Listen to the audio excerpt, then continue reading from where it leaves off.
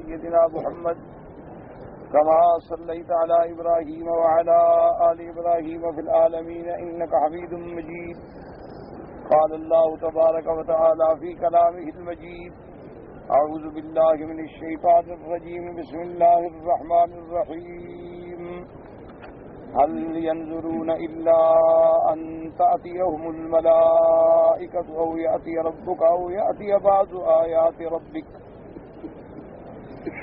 يوم يأتي بعض آيات ربك لا ينفع نفسا إيمانها لم تكن آمنت من قبل أو كسبت في إيمانها خيرا قل انتظروا إنا منتظرون.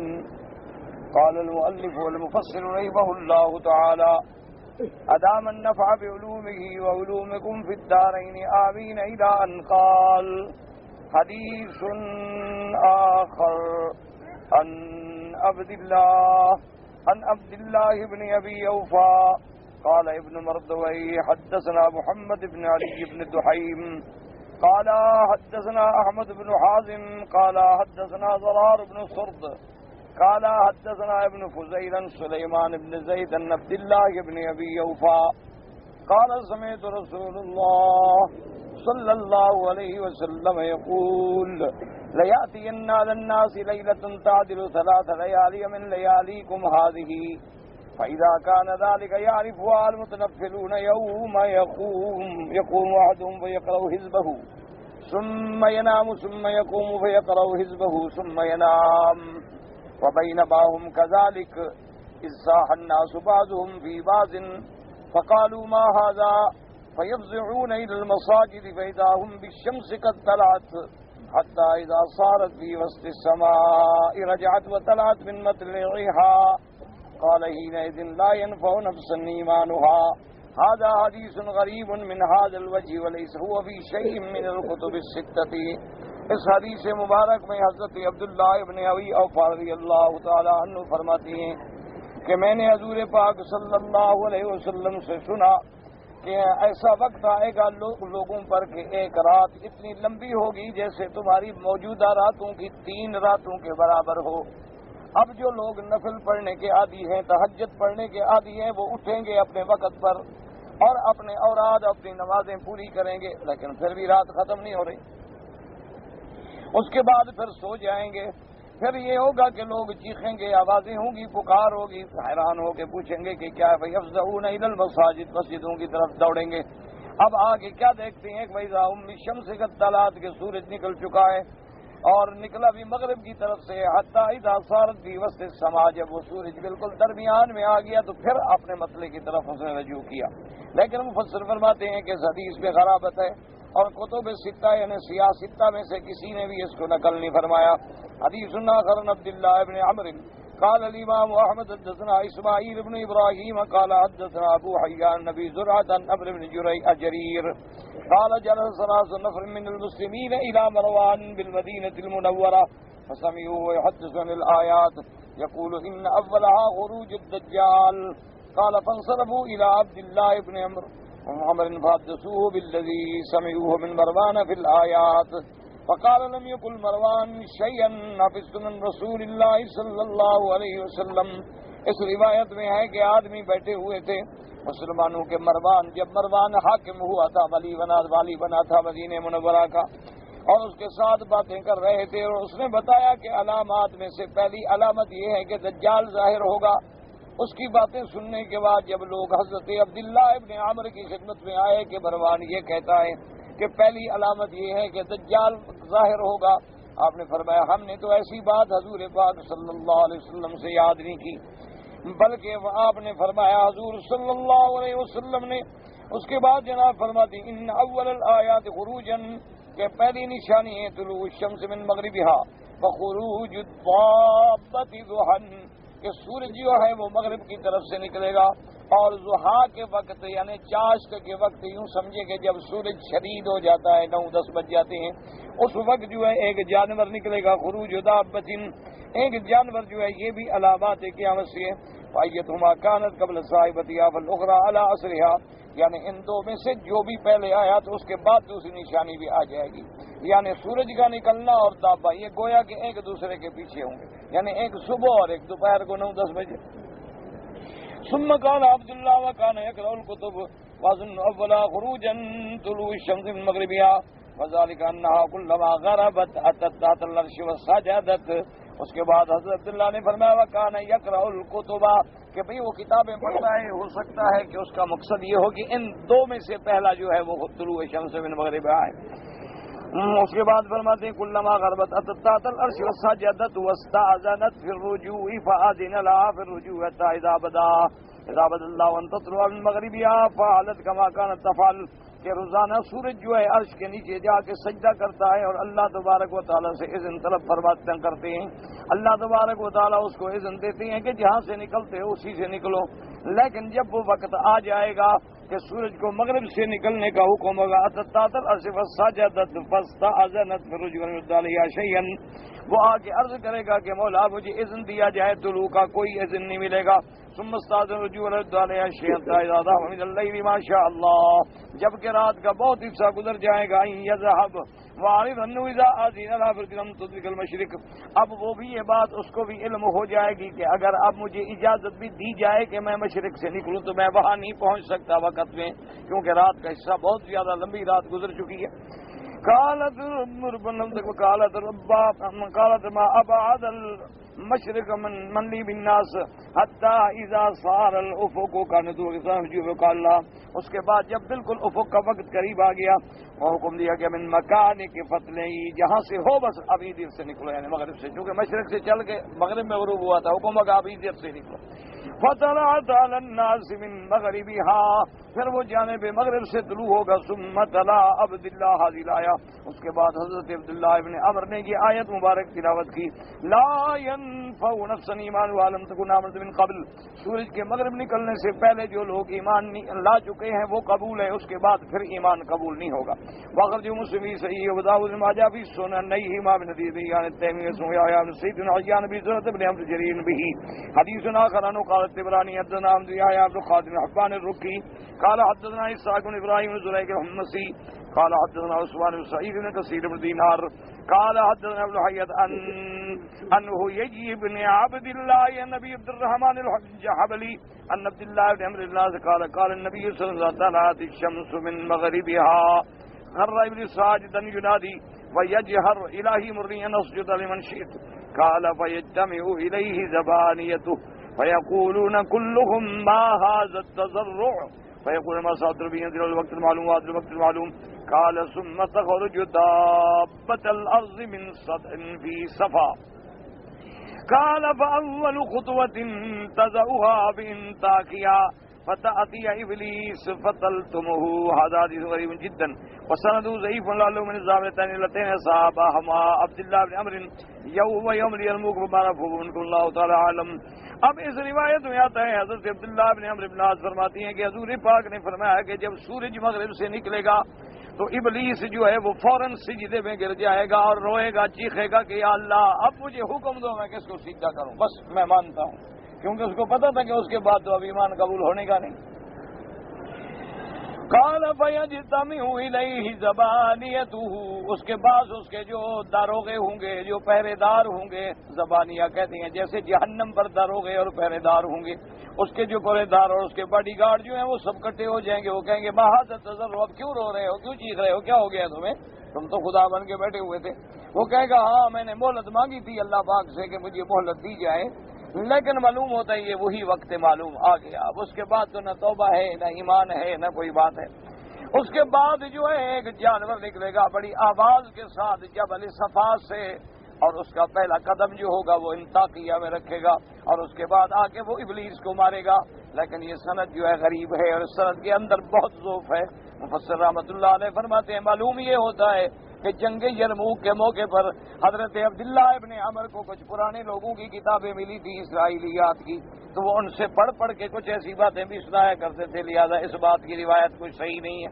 حدیث آخر عبداللہ ابن عمر عبد الرحمن ابن عوف رضی اللہ تعالی مجمعین قال الامام احمد حدثنا الحكم بن نافع حدثنا اسماعيل بن ياس عن زمزم بن زراد عن شعيب بن بن يرد مالك بن خامر بن ابن السعدي ان رسول الله صلى الله عليه وسلم قال لا تنقطع الهجرة ما دام العدو يقاتل.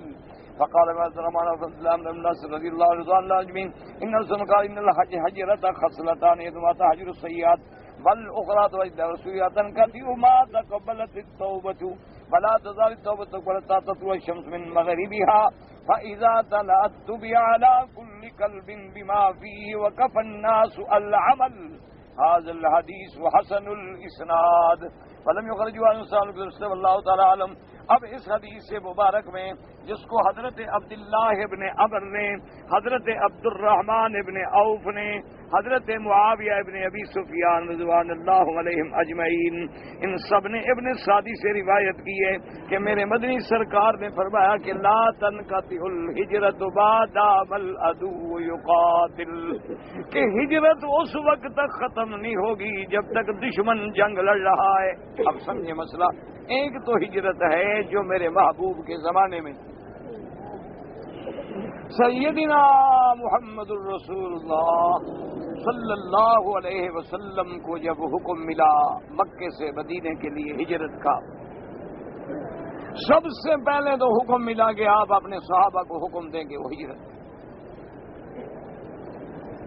تو آپ کے صحابہ نے رضوان اللہ علیہم اجمعین نے سب سے پہلے ہجرت کی حبشہ کی طرف. وہاں جو بادشاہ نجاشی تھا بڑا عادل تھا، بڑا عدل والا، انصاف والا، کسی پہ ظلم نہیں کرتا تھا، اس کی رعایا بڑی خوش.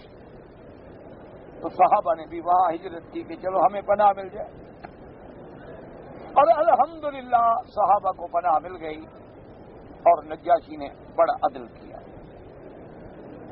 قریش مکہ نے وفد بھیجے، بڑے بڑے ہدایہ دے کے بھیجے، اور انہوں نے جا کر نجاشی بادشاہ سے ملاقات کی، اور انہوں نے یہ تاثر دیا کہ ہمارے کچھ غلام ہیں اور کچھ ایسے بھگوڑے لوگ ہیں جو مکے سے بھاگ کے آ گئے ہیں.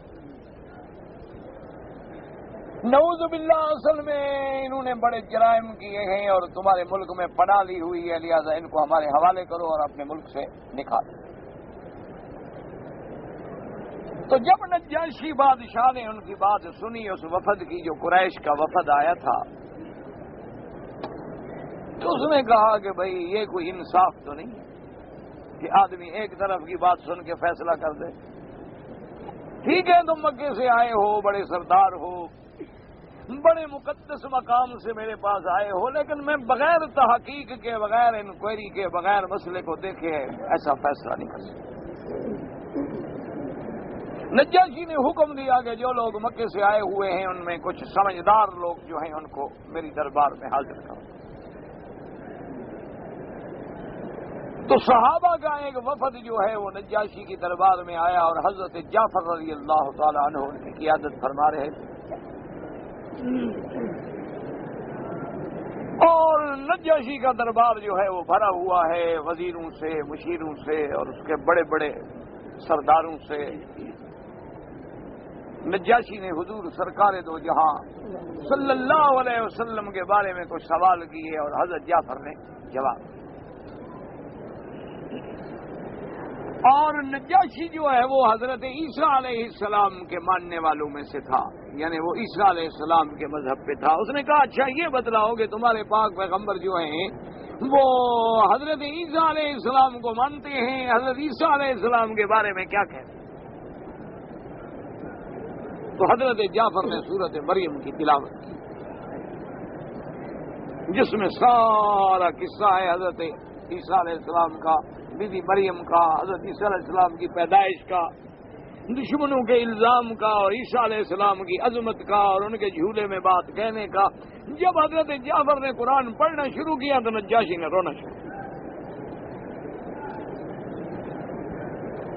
جب حضرت جعفر رضی اللہ تعالی عنہ نے قرات ختم کی تو اس نے کہا خدا کی قسم ہے آپ کا نبی جو ہے اس کا ایک ایک حرف اللہ کے قرآن کا جو ہے وہ حق ہے اور سچ. اور اس نے کہا قریشیو ان لوگوں کو پکڑ کے میں تمہارے حوالے کر دوں. یہ لوگ نعوذ باللہ بھگوڑے ہیں, یہ تو مظلوم ہے. اور اس نے کہا کہ حضرت جعفر سے کہ حضور کے جتنے غلام ہیں صحابہ, میرا ملک تمہارا ملک ہے, جب تک دل کرے یہاں رہو, اور جب تک میری حکومت ہے محمد مدنی کے یاروں کو کوئی بری آنکھ بھی نہیں دیکھی. اللہ نے دل میں اسلام ڈال دیا, اور اس کے بعد جب صحابہ سے ایک دو ملاقاتیں ہوئیں تو حضرت نجاشی مسلمان. یہ وہی حضرت نجاشی بادشاہ ہیں کہ جنہوں نے میرے محبوب صلی اللہ علیہ وسلم کا وکیل بن کے بی بی ام حبیبہ حضرت سفیان کی بیٹی جب بیوہ ہو گئی, حضور کا پیغام پہنچا تو انہوں نے حضور کا نکاح کیا. اور ام حبیبہ رضی اللہ تعالی عنہا کا مہر اور بی بی صاحبہ کے لیے خرچہ اور آپ کے لیے کنیزیں, خادمائیں اور سامان اور ہدایہ دے کر روانہ کیا محمد رسول اللہ. اور یہی وہ خوش نصیب بادشاہ ہے نجاشی کہ جب اس پہ موت آئی تو اللہ نے جبریل کے ذریعے حضور کو خبر دی, اور حضور نے فرمایا مات اخوکم النجاشی, میرے صحابہ آج تمہارا بھائی نجاشی فوت ہو گیا, آؤ ہم جنازہ پڑھیں. تو اس کے بعد ہجرت ہوئی مدینہ منورہ. سب سے آخر میں ہجرت کی میرے محبوب سرکار دو جہاں سیدنا محمد الرسول اللہ صلی اللہ علیہ وسلم, اور آپ کے ہجرت کے ساتھی کون ہیں؟ سیدنا ابی بکر صدیق رضی اللہ تعالی.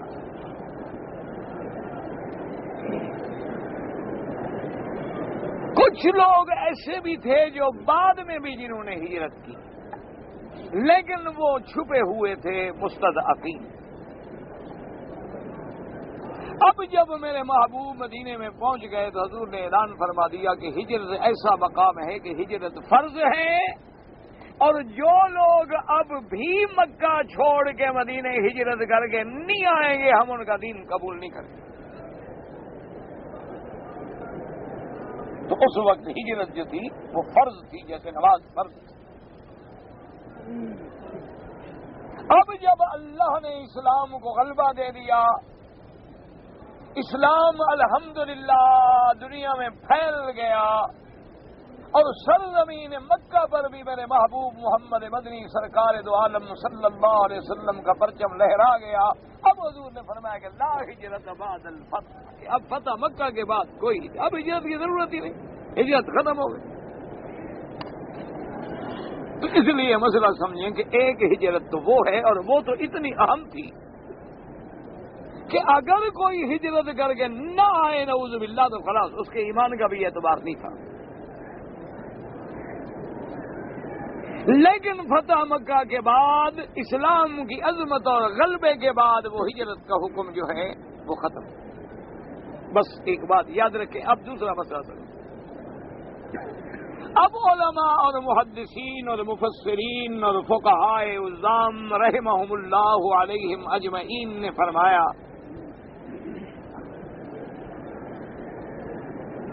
کہ آج بھی اگر کوئی بندہ ایسے ملک میں رہتا ہے جہاں کافروں کا ملک ہے اور کافروں کی حکومت ہے اور کافروں کا اقتدار ہے, وہ چاہے ہندو ہیں, یہودی ہیں, سکھ ہیں, جو بلا ہیں, اور اس بندے کو اپنے دین کے فرائض ادا کرنا بھی مشکل ہے. یعنی نماز نہیں پڑھ سکتا, سارے ہندو ہیں, کافر ہیں, پڑھنے نہیں دیتے. وہ بیچارہ روزہ نہیں رکھ سکتا, اپنے شاعر دین پہ عمل نہیں کر سکتا, تو اس کے لیے اب بھی حکم ہے کہ وہ اس جگہ کو چھوڑ دے اور ہجرت کرے. اس کے لیے حکم باقی ہے کہ وہ اس دیار کفر کو فوراً چھوڑ دے، ہجرت کرے اور اس جگہ چلا جائے جہاں دین پہ قائم رہنا آسان. ہاں ایک ملک ایسا ہے کہ ملک تو کافروں کا ہے، حکومت بھی کافروں کی ہے، لیکن مسلمانوں کے ساتھ معارضہ نہیں کرتے.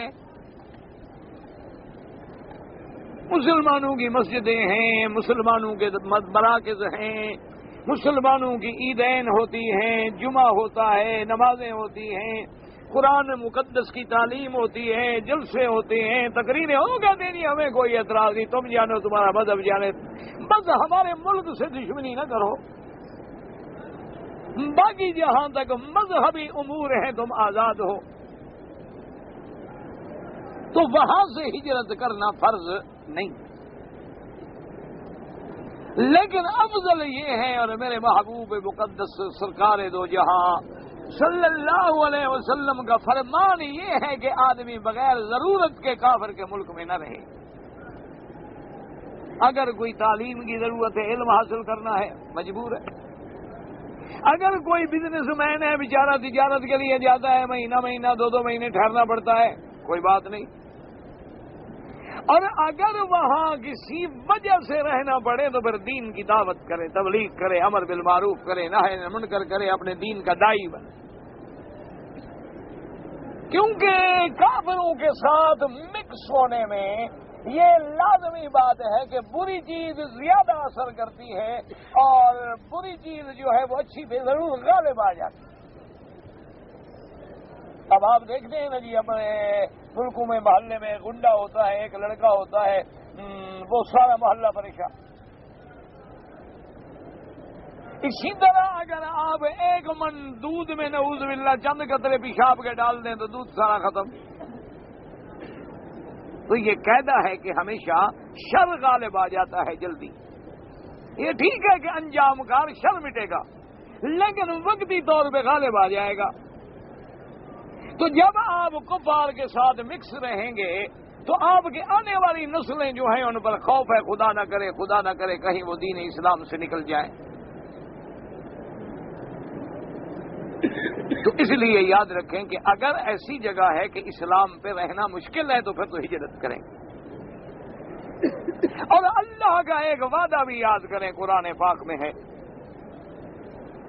اللہ نے فرمایا کہ جو شخص میرے دین کے لیے، میری توحید کے لیے، میرے دین محمد مدنی کے لیے اللہ کے راستے میں ہجرت کرتا ہے، وَمَن يُهَاجِرْ فِي سَبِيلِ اللَّهِ يَجِدْ فِي الْأَرْضِ، ہم اس کے لیے آگے زمین میں بڑی آسانیاں پیدا کرتے ہیں.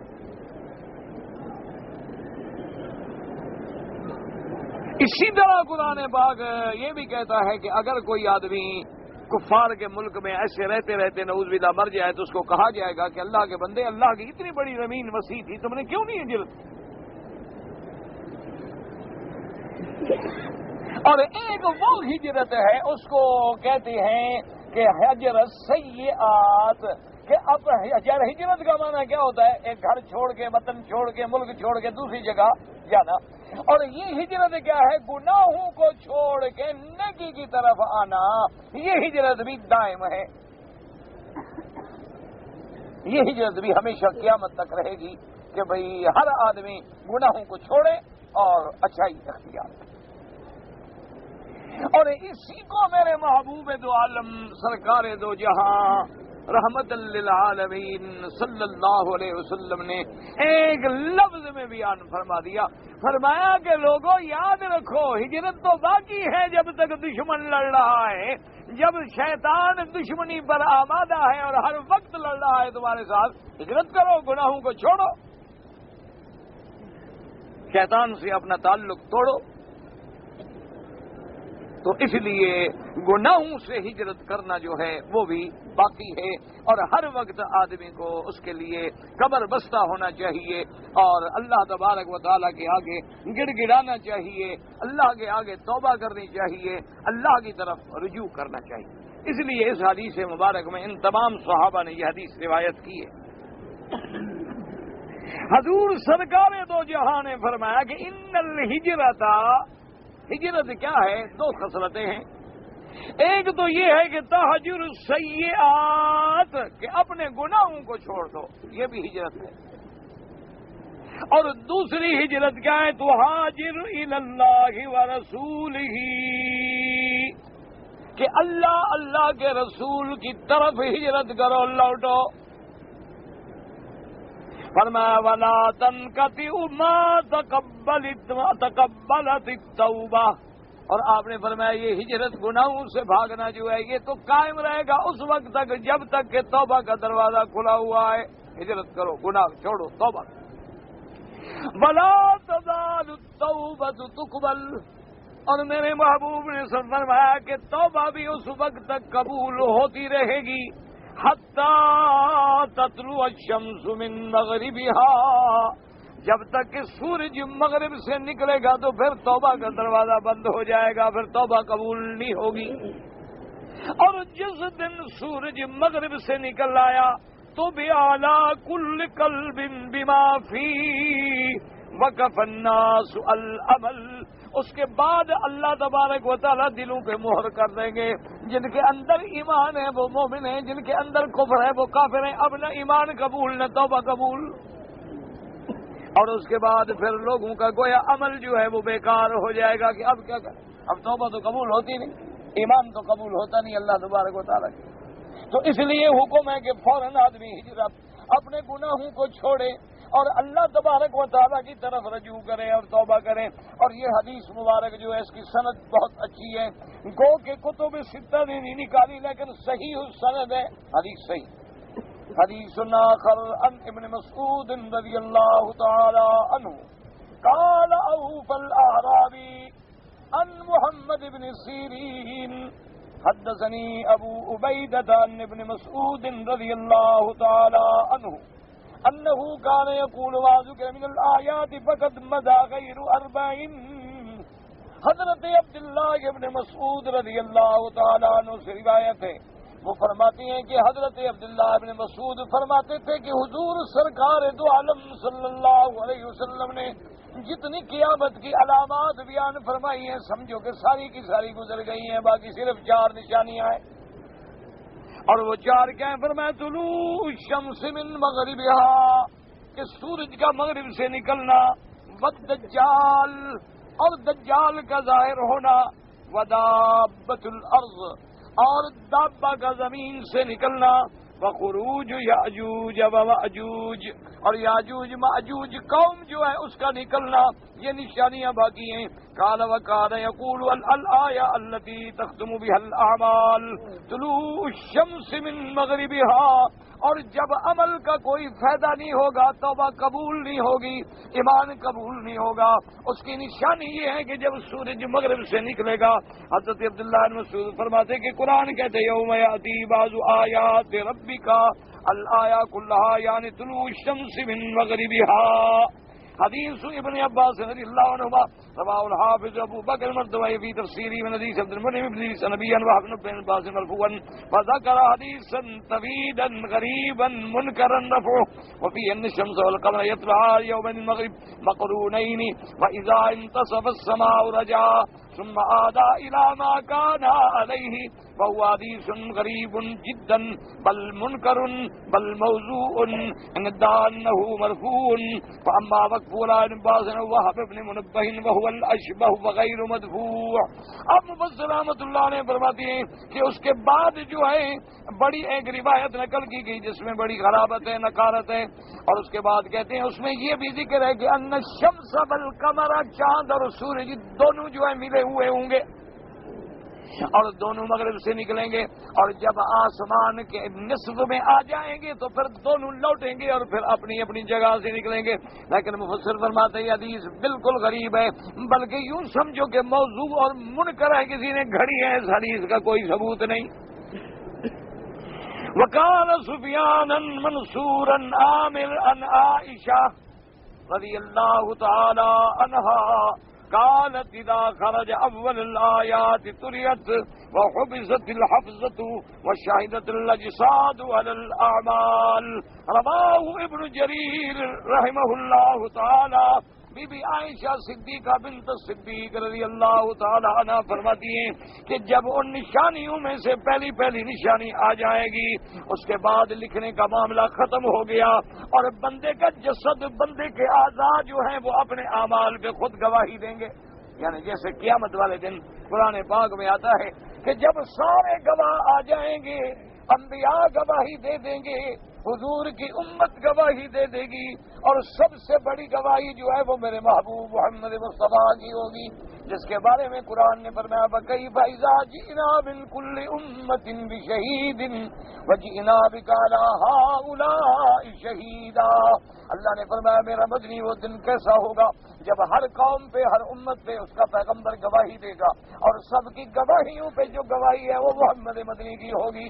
لیکن بعض کافر ایسے ہوں گے بدبخت کہ قیامت والے دن بھی جھوٹی قسمیں کھائیں گے.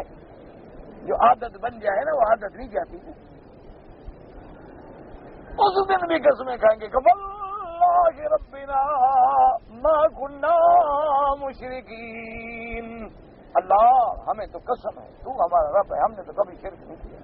ہم تو بزرگوں کی قبروں پہ جھکتے تھے تو تعظیم کرتے تھے کہ تیرے پیارے ہیں، شرک تھوڑا کرتے تھے.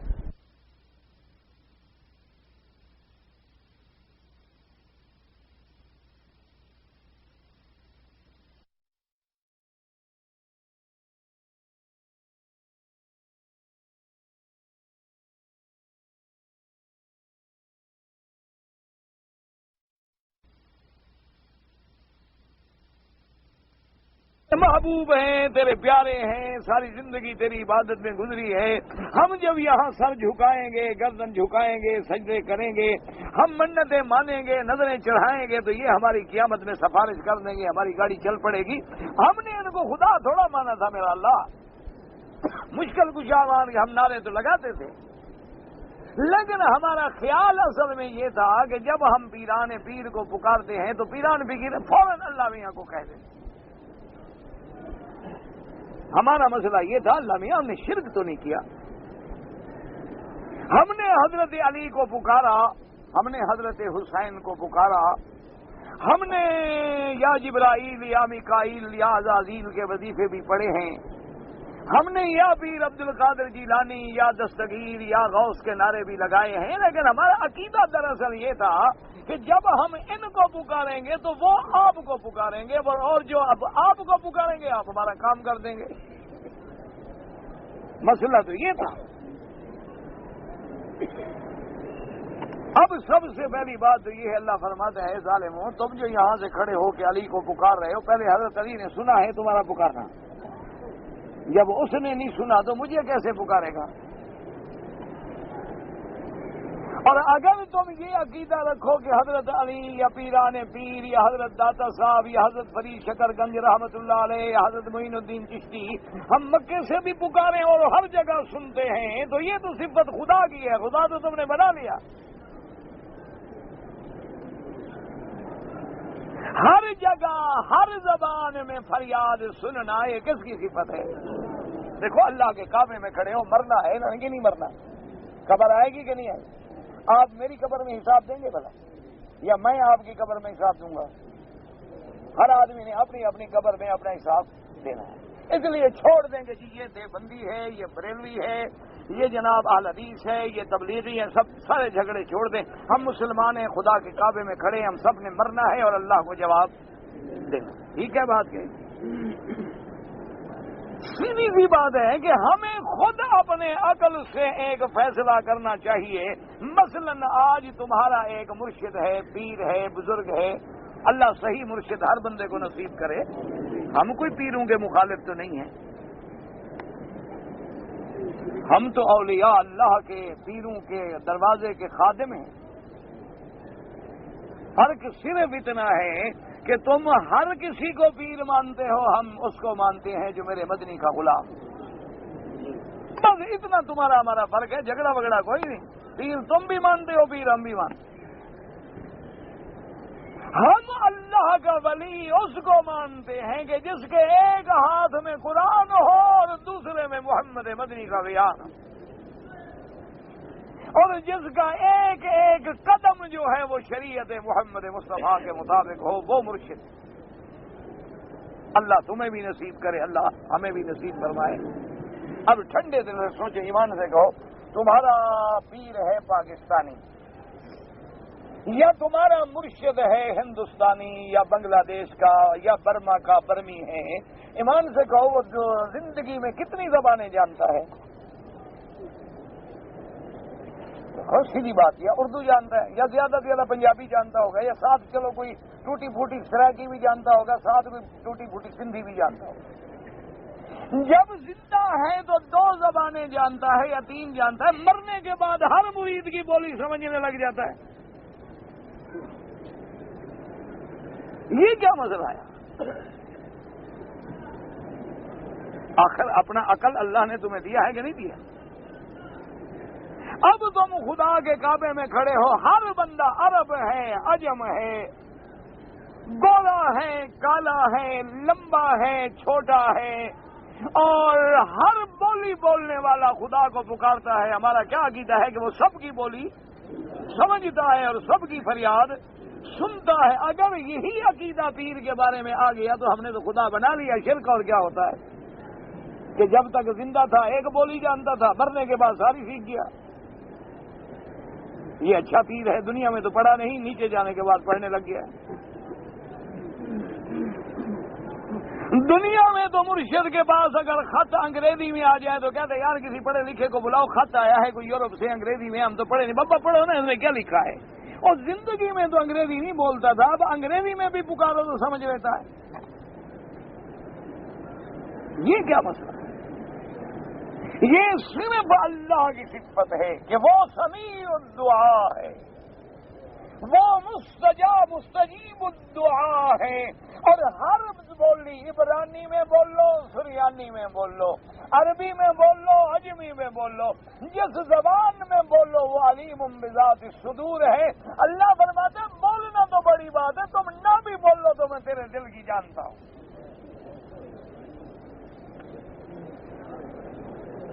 کوئی بات نہیں، فرمایا میں تو دلوں کے بھید جاننے والا ہوں۔ اللہ نے فرمایا تم زبان سے کچھ بول لو اور دل میں کچھ رکھو، میں وہ بھی جانتا ہوں۔ منافق آتے تھے نا، حضور کو کہتے تھے اشہد انک لرسول اللہ۔ اللہ نے فرمایا میرا محبوب یہ تو پکی بات ہے، ہم جانتے ہیں کہ آپ میرے رسول ہیں، لیکن ہم گواہی دیتے ہیں یہ جو کہہ رہے ہیں نا جھوٹے ہیں، جھوٹ بول رہے ہیں، ان کے دل میں یہ بات نہیں ہے۔ تو اللہ دلوں کے بھید بھی جانتا ہے۔ اور جب یہ بات کسی غیر کے لیے عقیدہ رکھو گے تو یاد رکھو اسی کا نام شرک، شرک اسی کا نام ہوتا ہے۔ اور کس کا نام شرک؟ ایک کتابوں میں لکھا ہے، ایک تو ہوتا ہے نا ایسے گپ شپ ہوتی ہے کہ چلو مولوی مکی نے کوئی گپ اڑا دی، کوئی ایسے قصہ شیشہ گھڑ کے آپ کو سنا دیا، وہ تو ہوتے ہیں نا گھڑنتو۔ ایک وہ ہوتا ہے جس کو باقاعدہ کتابوں میں لکھا جائے۔ کتابوں میں لکھا ہے کہ ایک بزرگ گزرے ہیں، بدوی رحمت اللہ علیہ، بہت بڑے بزرگ گزرے ہیں، ان کا ایک مرید ہے، وہ کہتا ہے میں جا رہا تھا حضرت کے عرس شریف پہ، راستے میں نے ایک لڑکی دیکھی اور میں عاشق ہو گیا۔ وہ بھی عرس پہ جانے والے تھے سارے، میلے کی برادری تھی، جا رہی تھی، نظر پڑ گئی۔ اور پھر یہ دلوں کے معاملے ہیں تو نظروں کے سودے، نظر پڑ گئی تو وہاں تو بڑے بڑے مولوی بھی بھٹک جاتے ہیں اور بڑے بڑے بزرگ بھی پٹری سے اتر جاتے ہیں۔ یہ تو نظر تو فتنہ ہے نا، اٹھے تو بجلی پناہ مانگے، گرے تو کھانا خراب کر۔ حضرت کہتے ہیں میں عاشق ہو گیا، مجھے چین نہیں، آرام نہیں، روز رات دن رو کیوں، 14ویں صدی کا مجنون تھا بیچارہ۔ اب رو رہا ہوں اور پریشان اسی حال میں، اور وہ قافلے والے وہ بچھڑ گئے، میں بچھڑ گیا، پتہ بھی نہیں وہ کون تھی۔ عاشق کو بھی پتہ نہیں کہ جس لڑکی میں عاشق ہوا ہوں وہ کون تھی۔ کہتا ہے میں جب مرشد کے مزار پہ پہنچا، میں وہاں روتا روتا روتا روتا سو گیا۔ تو رات کو مجھے اپنے مرشد کی زیارت ہوئی اور انہوں نے کہا کہ جس لڑکی پہ تم عاشق ہو گئے ہو رونے کی کوئی ضرورت نہیں، ہم نے وہ تم کو دے دی۔ یعنی عاشق یہ ہوا پیر کو قبر میں پتہ لگا۔ یہ کتابوں میں لکھا ہے۔ ایک میں نے کہا نا گپ شپ ہوتی ہے، چلو بندہ کہتا ہے یار وہ مولوی ہے، تقریر میں ایسے کو بیچارہ گپ شپ مار گیا ہوگا۔ کتاب میں لکھا ہوا ہے، جس نے لکھا ہے تو ذمہ داری سے لکھا ہوگا نا، کتاب جو لکھ رہا ہے ضعیف شریف آدمی۔ اب وہ کہتا ہے کہ میں حیران ہو کے اٹھ گیا کہ کیسے مجھے پیر نے دے دیا، عاشق کو تو پتا نہیں کہ وہ لڑکی کون ہے، قبر والے کو پتا ہے لڑکی کون ہے اور دے بھی دی انہوں نے۔ کہتے ہیں کہ جناب میں حضرت کے مزار پہ ہاتھ باندھ کے سلام پڑھ رہا تھا، میں کیا دیکھتا ہوں کہ وہ لڑکی اس کے والدین آ گئے، وہ بھی سلام پڑھ رہے تھے، قبر سے آواز آئی کہ لڑکی والوں لڑکی میرے مرید کو دے دو۔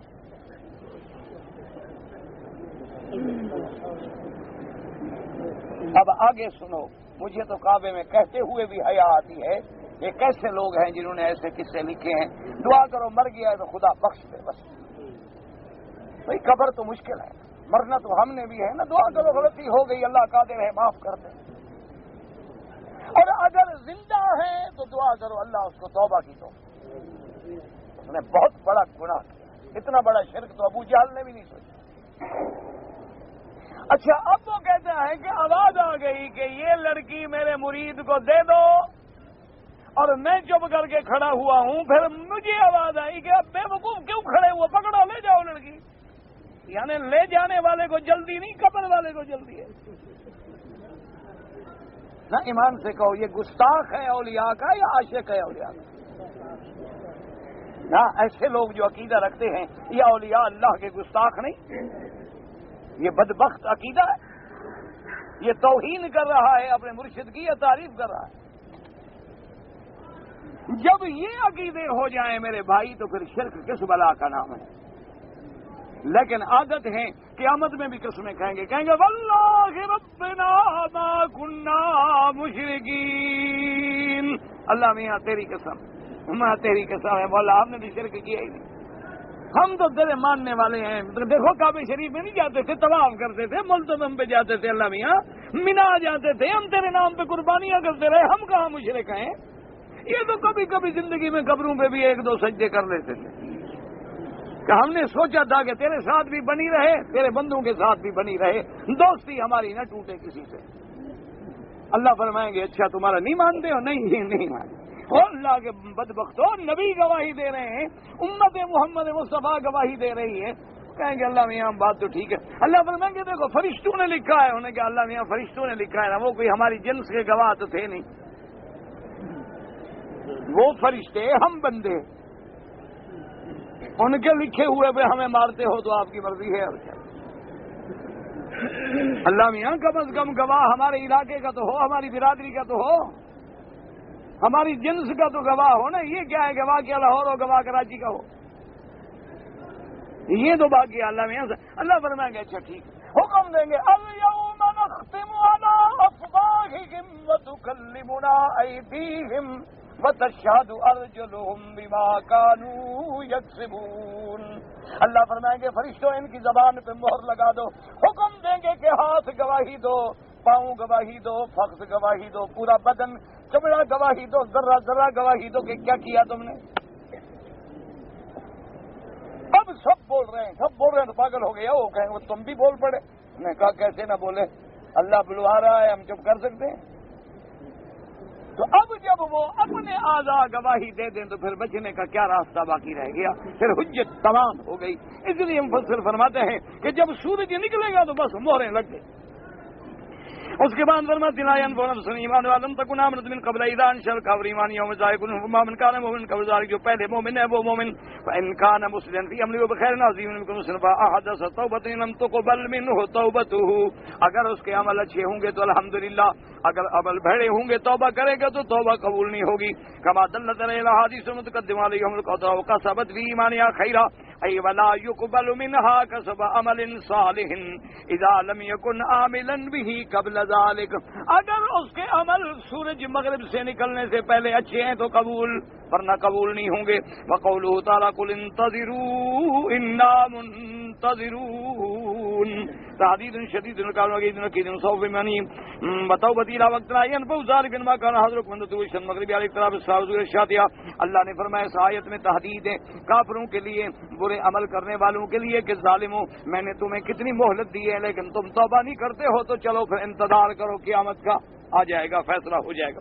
فَهَلْ يَنظُرُونَ إِلَّا السَّاعَةَ أَن تَأْتِيَهُمْ بَغْتَةً، کیا تم اس گھڑی کا انتظار کر رہے ہو جب قیامت آ جائے گی اچانک؟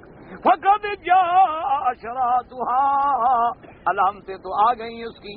وَأَنَّىٰ لَهُمْ إِذَا جَاءَتْهُمْ ذِكْرَاهُمْ. وَقَوْلُهُ تَعَالَىٰ فَلَمَّا رَأَوْا بَأْسَنَا، اللہ فرماتے ہیں کہ جب دیکھیں گے ہماری پکڑ، ہمارا عذاب، قَالُوا آمَنَّا بِاللَّهِ وَحْدَهُ، اب کہیں گے اللہ ہم تیری توحید کو مانتے ہیں، تو وحدہ لا شریک ہے، تیرا کوئی شریک نہیں. وَكَفَرْنَا بِمَا كُنَّا بِهِ مُشْرِكِينَ، اور جن جن کے ساتھ ہم شرک کرتے رہے آج ہمارا انکار صرف تو ہے بس. لیکن اللہ فرمائیں گے فَلَمْ يَكُ يَنفَعُهُمْ إِيمَانُهُمْ لَمَّا رَأَوْا بَأْسَنَا، جب ہمارا عذاب آ جائے گا تو پھر ایمان کوئی نفع نہیں دے گا. دعا کرو اللہ ہم سب کو توبہ نصیب فرما دے اور اللہ ہماری توبہ قبول فرما لے. اور جب موت کی گھڑی آئے زبان پہ جاری ہو لا الہ الا اللہ محمد الرسول اللہ، اور دعا کریں کہ اللہ حضور کی شفاعت نصیب فرما، یا اللہ حضور کے ہاتھوں سے حوض کوثر نصیب فرما، اور جب تک زندہ رہیں حضور صحابہ اہل بیت اور اولیاء کی محبت نصیب فرما. اور اللہ ہمیں بے ادبی اور گستاخی سے بچا، اللہ ہمیں گناہوں سے بچا. ہم تیرے عاجز بندے ہیں، گناہ گار ہیں، خطا کار ہیں، اپنے گناہوں کا اقرار کرتے ہیں، ہمارے گناہ معاف فرما دے اور ہمارے حال پہ رحم فرما دے. اور زندگی رہی انشاءاللہ تو ایک ہفتہ میرا سفر ہے، دعا کیجیے گا. آپ اللہ کے حرم میں ہیں، دعا کریں کہ اللہ دین کا کام لے اور ہر جگہ اللہ کوئی بات کہنے کی توفیق دے. میں نے عرض کیا تھا کہ بھی شادی وہی ہونے لگتی ہے تو کاروبار ختم. کاروبار کا شادی وادی سے کوئی تعلق نہیں، تم نے تو الٹا سمجھا ہوا ہے. قرآن تو یہ کہتا ہے کہ شادی کرو، انکحوا الایام، جو عورتیں بیٹھی ہوئی ہیں، بیوہ ہیں، کنواری ہیں، عمر زیادہ ہو گئی ہے، ڈھل کے سب کی شادیاں کرو. اگر غریب ہیں اللہ غنی کر دیں گے. یہ تمہارے دماغ میں ایک شیطان نے وہم بٹھا دیا ہے کہ جب تم شادی کا خیال کرتے ہو تو کاروبار خراب ہو جاتا ہے. تم اس کی شیطان کے خیال میں نہ جاؤ. کاروبار خراب ہوتا ہے ہونے دو، تم شادی کر لو. اصل تو تم شادی نہیں کرتے ہو، تمہارے اندر کوئی خرابی ہے، بہانہ بناتے ہو کاروبار خراب ہو جاتا ہے. کاروبار نہیں خراب ہوتا، تم کرو شادی. اللہ نے اگر بیوی بھیجی تو اس کا رزق بھی بھیجے گا. گھر میں جب عورت آتی ہے تو اس کا رزق نہیں آئے گا، وہ اپنا نصیب بھی اپنے ساتھ لے آتی ہے. اللہ اس کو بھی رزق دیں گے، پتہ نہیں اس کی وجہ سے تمہارے رزق میں برکت آ جائے.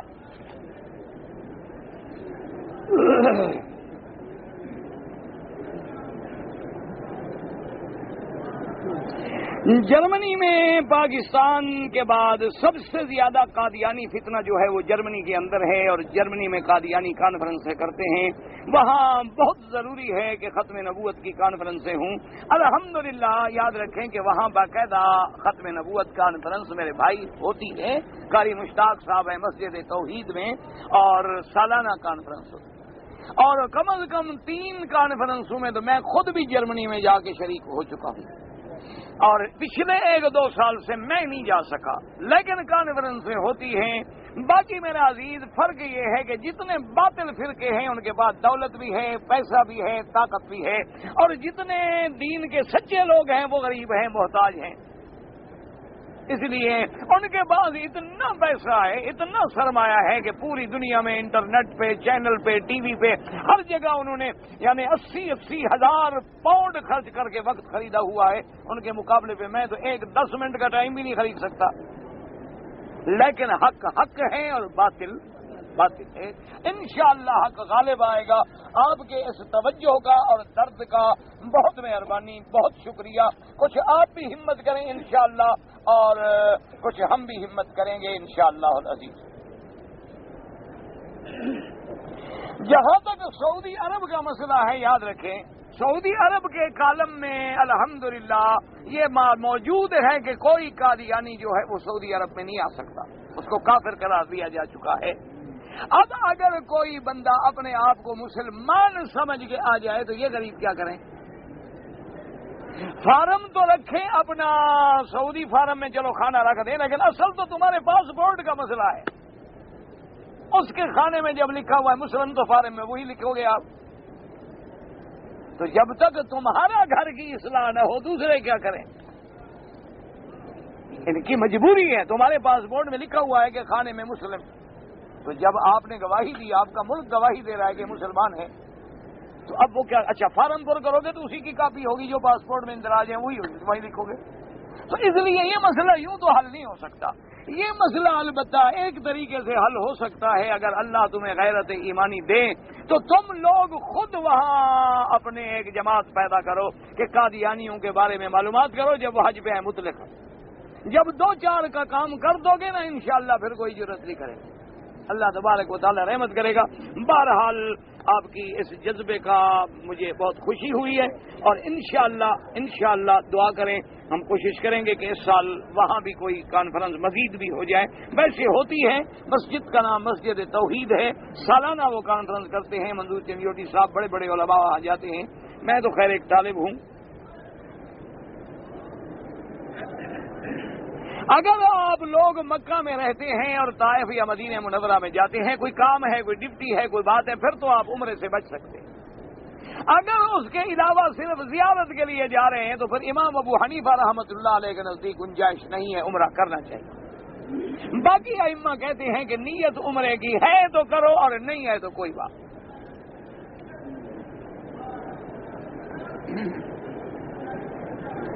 اگر میرے پاس کسی آدمی کی زمین ہے، مثلا میں نے ایک آدمی کو قرضہ دیا 10,000، میں نے اس سے 2 ایکڑ زمین جو ہے وہ رکھ لی رہن گروی، تو اب اس زمین سے جو فصل نکلے گا وہ تمہارے لیے حرام ہے، وہ تو سود ہے۔ ایک تو 10,000 واپس لوگے، دوسرا 2 سال کا فصل اٹھاؤ گے، سود کیا ہوتا ہے؟ زمین رہن رکھنے کا معنی یہ ہے کہ اگر اس مدت میں وہ تمہیں پیسے نہ دے تو تم بیچ کے اپنے پیسے حاصل کر دو، یہ تھوڑا ہے کہ اس کی آمدنی بھی کھاتے رہو۔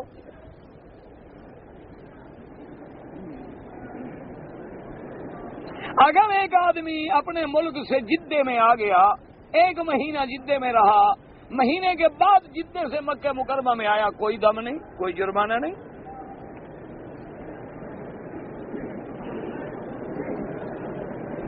کسی کی کوئی رقم جو ہے سوموار کی رات عشاء کے بعد شار اجیاد سے ملی ہے، اگر کسی آدمی کی ہو تو وہ نشانی بتا کر، بہرحال جس کی ہو تو یہ نمبر بھی اس نے دیا ہے، اعلان کرتے رہے، میرے پاس نہیں کسی نے چٹ لکھا میرے مجھ سے مانگنے آ جاؤ۔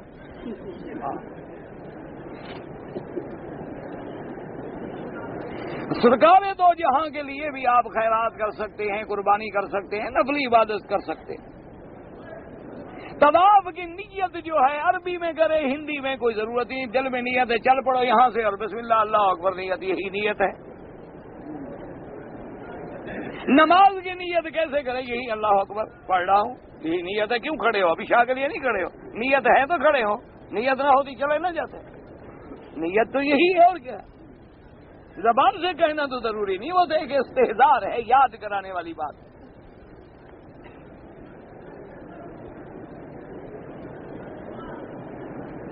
میں نے سنا ہے کہ بی بی فاطمہ الزہرا جب چکی پیستی تھی، ان کو نیند آ جاتی تھی تو فرشتے چکی پیستے تھے، تو پھر تو حضور کے پاس غلام مانگنے نہ آتی نا بیوی،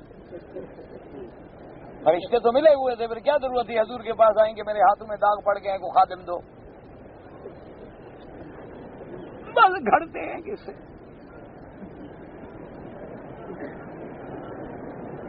حرم پاک میں بھی نمازی کے آگے نہ گزریں، مجبوری ہو تو سجدے کی جگہ سے دور گزریں۔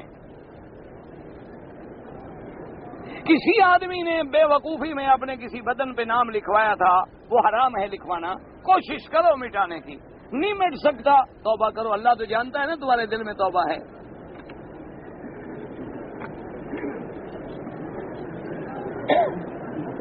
امام ابو حنیفہ رحمت اللہ علیہ کی اور تقلید کرنے والا اوقات مکروہہ میں نماز نہ پڑھے، ان کے نزدیک منع ہے۔ چاہے مسجد الحرام ہے چاہے کوئی جگہ ہے، ان کے نزدیک اوقات مکروہ میں نماز پڑھنا منع ہے۔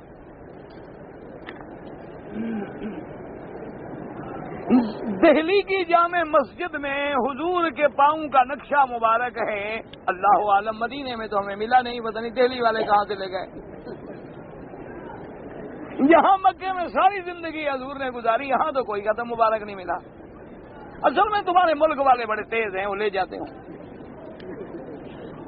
سارا لے گئے، حضور کی پگڑی مبارک لے گئے، تلواریں لے گئے، جبے مبارک لے گئے، بزرگوں کے پگڑیاں مبارک لے گئے، سب تمہارے ملک میں جمع ہے۔ خدا کا شکر ہے کہ تمہارے بس میں نہیں، ورنہ تم کعبہ بھی لے جاتے، مدینہ بھی لے جاتے۔ ماڈل تو خیر اب بھی لوگوں نے بنا لیے ہیں، باقاعدہ جلوس نکالتے ہیں روزے کا ماڈل اٹھا کے، انا للہ و انا الیہ راجعون۔ اللہ عالم بھائی دیکھو، تحقیق کرنی چاہیے کہ وہ قدم مبارک جو ہے وہ نقشہ کیسے پہنچا، سند کیا ہے، کہاں سے آیا، کس ذریعے پہنچا، تحقیق کرو، یہ تمہارا کام ہے، اللہ عالم ہم تو نہیں جانتے۔ اللہ تبارک و تعالی ہر جگہ موجود ہیں اپنے علم کی معیت سے۔ اللہ کا مقام عرش اولی ہے، چونکہ ہر چیز اس کے علم میں ہے، کوئی علم سے باہر نہیں، تو ہر جگہ موجود۔ بغیر وضو کے قرآن پڑھنا جائز ہے، یاد ہو، ہاتھ نہ لگاؤ، چھوؤ نہیں، لیکن ادب کا تقاضا یہ ہے کہ جب پڑھو وضو کے ساتھ پڑھا۔ اگر میں نے طواف میں 6 چکر کیے بھول کے، کوئی بات نہیں، انشاءاللہ ہو گیا، آئندہ احتیاط کرو۔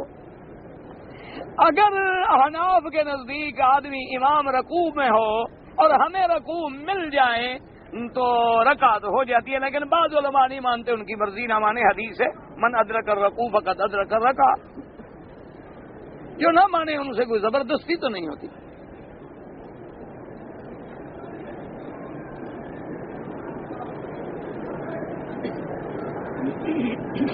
میرے نکاح کے وکیل نے کہا کہ تمہاری مہر جو ہے وہ 2 لاکھ ہونی چاہیے، کیونکہ اس بیوی کی جو تمہاری بیوی کی جو بہن ہے اس کی مہر بھی 2 لاکھ تھی، تو لہذا مہر مثل ہونی چاہیے۔ میں نے قبول کر لی، لیکن بعد میں مجھے پتا چلا کہ اس کی بہن کی مہر تو 1 لاکھ تھی، لیکن تم نے تو قبول کر لی نا، اب لاکھ سے جان نہ چھڑواؤ، ادا کرو۔ اور جو بیوی کے دو گے تو بیوی بھی تو تمہارے گھر میں ہے، وہ کسی اور گھر میں تو نہیں لے جائے گی، ڈرتے کیوں ہو؟ بیوی سے بنا کے رکھو، پیسے اس کو دے دو، رہیں گے تمہارے گھر میں۔ نہ بناؤ تو پھر بیوی بھی جائے گی اور مہر بھی دینی پڑے گی۔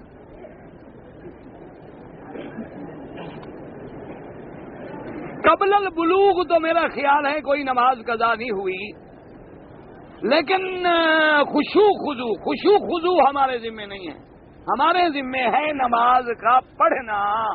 اب نماز کو اصل رنگ دینا وہ میرے اللہ کے ہاتھ، ہمارے ذمے ہے کہ ہم پڑھتے رہیں، پڑھتے پڑھتے خود بخود خشوع خضوع پیدا ہو جاتا ہے۔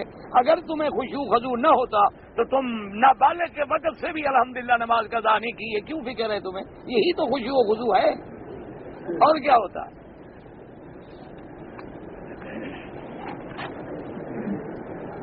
بعض علماء کہتے ہیں کہ طفیل سے دعا کرنا جائز ہے، جو کہتے ہیں ٹھیک ہے، وہ جانے، ان کا کام جانے، ہمیں کوئی حدیث مبارک نہیں ملی۔ ایک نابینا آدمی حضور کی خدمت میں آیا، وہ حدیث ضعیف ہے، حجت نہیں بن سکتی عقیدے میں۔ حضرت عثمان کے زمانے میں جو حدیث ہے وہ بھی ضعیف ہے، عقیدے میں حجت نہیں ہو سکتی۔ اگر کوئی آدمی مغرب کی نماز سے پہلے طواف سے فارغ ہو جائے اور نماز پڑھنے کے بعد پہلے طواف کی 2 رکعت پڑھے، یا سنت پہلے طواف کی 2 رکعت پڑھے، چونکہ امام ابو حنیفہ رحمۃ اللہ علیہ کے نزدیک واجب ہیں اور باقی ائمہ رحمۃ اللہ علیہ کے نزدیک سنت ہیں۔ نعت سننا جو ہے جائز ہے، بالکل جائز ہے، حضور نے خود سنی ہے، حضرت حسان پڑھتے تھے حضور کی مدح، لیکن نعت کا معنی یہ نہیں کہ طبلے پہ سنی جائے، نعت کا معنی یہ نہیں ہوتا کہ گانے والے اور ہارمونیم پہ اور طبلے پہ اور باجے پہ اور گاجے پہ اور گرین، یہ نعت نہیں ہوتی، وہ تو پھر مزامیر شیاطین کے آلات ہیں۔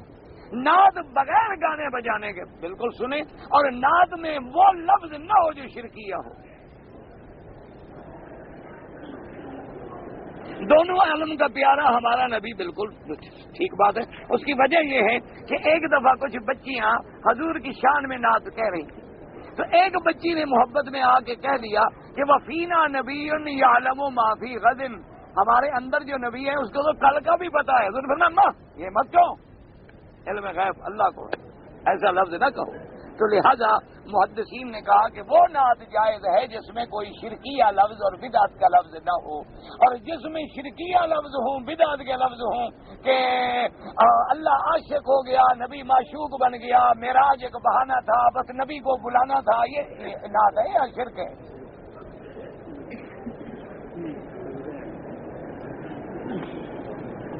اگر ایک آدمی بھائی سے بھائی ملے تو اس کو بوسہ دے سکتا ہے، کوئی بات نہیں، لیکن دونوں کی داڑھی ہو. ایک کی داڑھی نہ ہو تو بوسہ نہ دینا، پھر شیطانی حملہ ہو جائے گا. غیر محرم عورتوں کو کیسے ملے، کیوں ملے؟ عجیب بات ہے. غیر محرم عورت جو ہے تو ملے کیوں؟ ایک دفعہ اسمبلی میں بڑا لطیفہ ہو گیا تھا نا، ایک بدبخت عورت تھی، وہ بھی ممبر تھی، پتہ نہیں مر گئی، دفعہ ہو گئی کہاں گئی. تو حضرت ہزاروی رحمۃ اللہ علیہ بھی ممبر تھے. اچھا وہ عورت بڑی تیز تھی، اور اللہ ہدایت دے، پتہ ہے زندہ ہے تو ہدایت دے، مر گئی تو خدا معاف کرے. ہر آدمی گناہ گار ہے، یہ نہیں کہ وہ گناہ گار ہے تو ہم بھی فرشتے ہیں. ہم پتہ ہے